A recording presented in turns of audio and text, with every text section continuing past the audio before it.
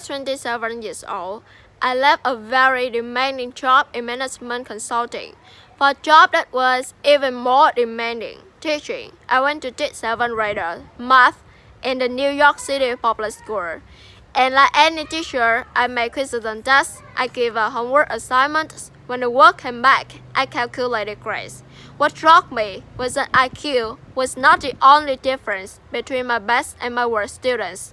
Some of my strongest performers did not have stratospheric IQ scores. Some of my smartest kids weren't doing so well.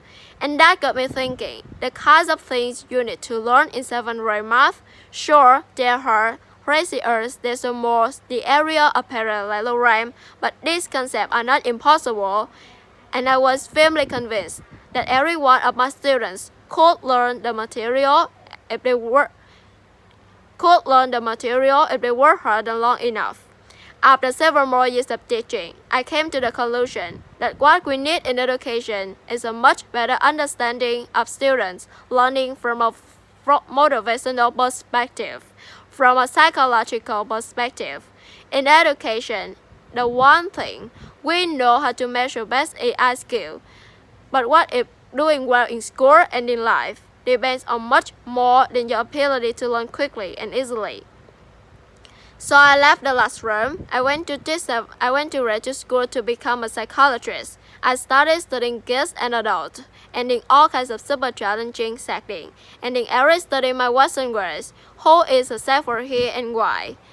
My research team and I went to West Point Military Academy. We tried to predict which cadets would stay in military training and which would drop out. We went to the National Spelling Bee and tried to predict which children would advance farthest in competition. We study rookie teacher is a much better understand.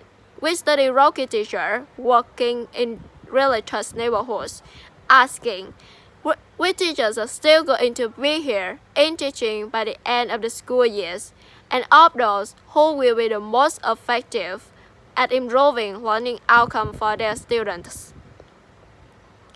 Rick is passion and perseverance for very long-term goals.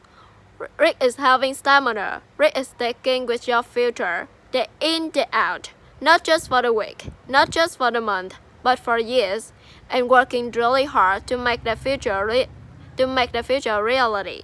Rick is living life like it's a marathon, not a sprint. A few years ago, I started studying grit in the Chicago public schools. I asked thousands of high school juniors to take grit questionnaires and then waited around more than a year to see who would graduate. Turns out that grittier kids were significantly more likely to graduate. And even when I matched them on every characteristic I could measure, things like family income, standardized achievement test score, even how self-kids felt when they were at school. So not just as response on the National Spelling Bee that Rick matters.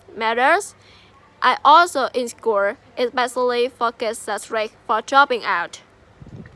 To me, the most shocking thing about Rick is how little we know, how little science know about building grit. Every day, parents and teachers ask me, how do I build grit in kids? Every day, parents and teachers ask me, how do I build grit in kids? What do I do to teach kids a solo work ethic? How do I keep them motivated for the long run? The honest answer is, I don't know. What I do know is that talent doesn't make you ready. In our data show very clearly that there are many talented individuals who simply do not follow through on their commitments. In fact, in our data, Rick is usually unrelated or even inversely related to measure of talent.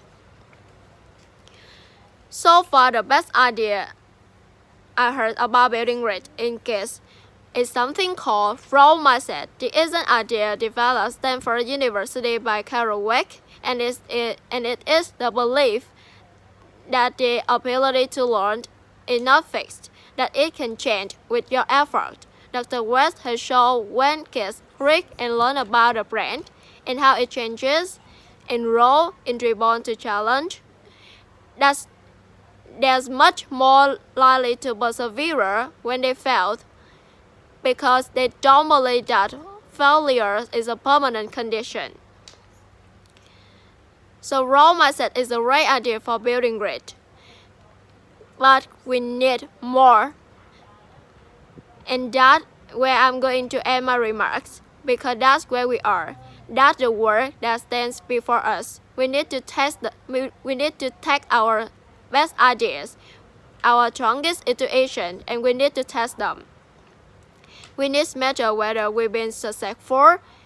We have to be willing to fail, to be wrong, to start over again with lesson learned.